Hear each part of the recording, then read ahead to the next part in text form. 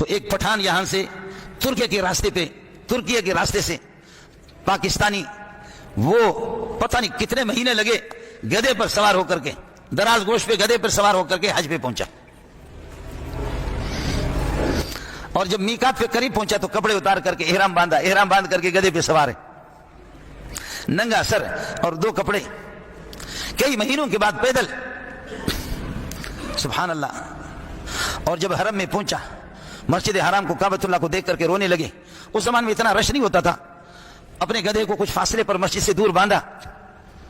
اور باندھنے کے بعد پھر مسجد حرام میں پہنچ کر کے طواف کیے، صحیح کیے، حلق کیے، سر کا حلق بھی کیا، اور پھر یہ کہ 2 رکعت نفل مقام ابراہیم پر اس نے پڑھا۔ احرام مکمل کرنے کے بعد اب حج کا مسئلہ آگے ہے، احرام اس کا مکمل ہو گیا، کعبۃ اللہ کے غلاف کو جا کر کے پکڑ کر کے کہتے ہیں کہ اے اللہ، سبحان اللہ۔ مانگنے کا طریقہ بھی عجیب ہوتا ہے بعض لوگوں کا۔ یہ پاکستانی گیا اور جیسے عمرے سے فارغ ہو گیا، سر بھی حلق کیا، گنجا بن گیا، اور احرام ابھی تک احرام ہے، کعبۃ اللہ کے غلاف کو پکڑ کر کے 2 رکعت نفل پڑھ کر کے پھر کعبۃ اللہ کے غلاف کو پکڑ کر کے زار و قطار رو رہا ہے، کہہ رہا کہ اے اللہ، اب میرے پاس عزت کی کون سی چیز رہ گئی کہ جو میں نے تو عزت آپ نے میرے لیے چھوڑی بھی نہیں۔ اے اللہ، جتنے بے عزتی کے طریقے تھے وہ میں نے سب اختیار کیا آپ کے حکم کے مطابق، میرے لیے کوئی عزت رہی نہیں، میں نے اپنی عزت کو خاک میں ملایا، اب تو کرم کر لے۔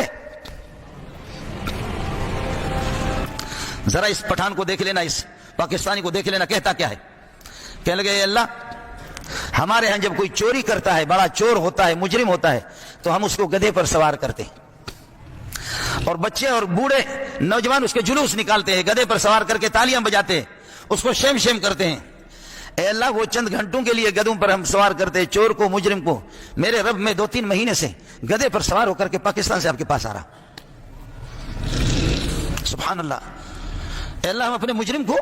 1-2 گھنٹے کے لیے، لیکن میں اتنا بڑا مجرم ہوں، میرا جرم اتنا زیادہ ہے کہ میں کئی مہینے سے آپ کی رضا اور آپ کی خوشنودی کے لیے گدھے پر سوار ہو کر کے اس طرح آ رہا ہوں، تو اب تو رحم کر لے۔ اور اے اللہ، جب ہمارا مجرم ہوتا ہے، جرم کرتا ہے، تو ہم اس کے کپڑے اتارتے ہیں، میں بھی بڑا مجرم ہوں، میں نے اپنے کپڑے اتار دیے، یہ کفن کے 2 کپڑے میں نے پہنے، اب تو کرم کر لے، اب تو رحم آ جائے، آپ کو نہ آ جائے۔ سبحان اللہ،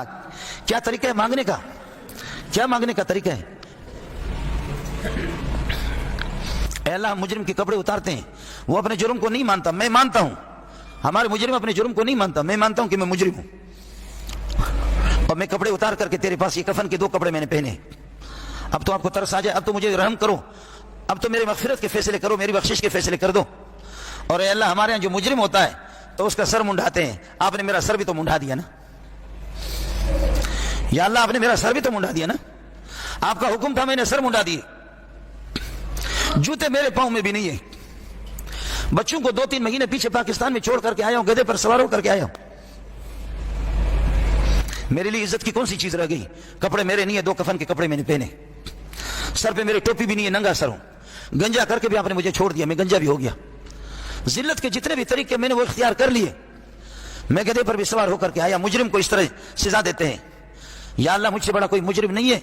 میں نے جرم کا اعتراف بھی کیا، اپنے گناہوں کا اعتراف بھی کرتا ہوں، اب میرے لیے کچھ بھی نہیں رہا، اس کے بعد کوئی اگر اور حکم ہو تو اس کے لیے بھی میں تیار ہوں، اب تو رحم کر لے، اب تو رحم کر لے، اب تو رحم کر لے۔ وہ اپنے مزے میں رو رہا تھا، کوئی اجمی تھے وہاں پر، عرب لوگ بھی حیران تھے، عربوں نے بھی دیکھا تھا کہ کچھ لوگوں نے کہ یہ گدھے کو وہاں باندھا، تو وہ عربوں نے کسی عجم سے پوچھا، جو عربی جس کو آتی تھی، یار یہ پاکستانی کیا کہہ رہا ہے، یہ کیا کہہ رہا ہے؟ وہ جو عرب لوگ تھے انہوں نے پوچھا کہ یہ پاکستانی کیا کہتا ہے، تو پاکستانی نے عربی میں ترجمہ کی، کہا کہ یہ کہتا ہے کہ اے اللہ، مجرم کو گدھے پر سوار کرتے، میں تو 2 مہینے سے پیدل گدھے پر چل کر کے یہاں حج پہ آیا ہوں، مکہ مکرمہ آیا ہوں گدھے پر سوار ہو کر کے، میں بہت بڑا مجرم ہوں۔ اے اللہ، کپڑے اتارتے ہم اپنے چور کی، تو میں نے کپڑے بھی اتار دیے، میں مجرم ہوں۔ اے اللہ، ہم چور اور ڈاکو کے سر منڈاتے تو میں نے سر بھی منڈا دیے۔ اے اللہ، اب تو رحم کر لے، اب تو رحم کر لے، مجھ سے بڑا ذلیل کائنات میں کوئی نہیں ہے، اور تجھ سے بڑا عزت مند کوئی بھی نہیں ہے،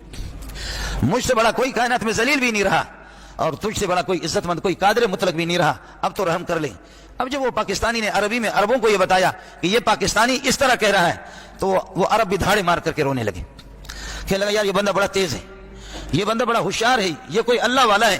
مانگنے کا طریقہ اس کو آتا ہے، اور اللہ کو متوجہ کرنے کا طریقہ بھی اس کو آتا ہے کہ پروردگار اس کے گناہ بخش دیں گے، یہ کتنے بڑے آدمی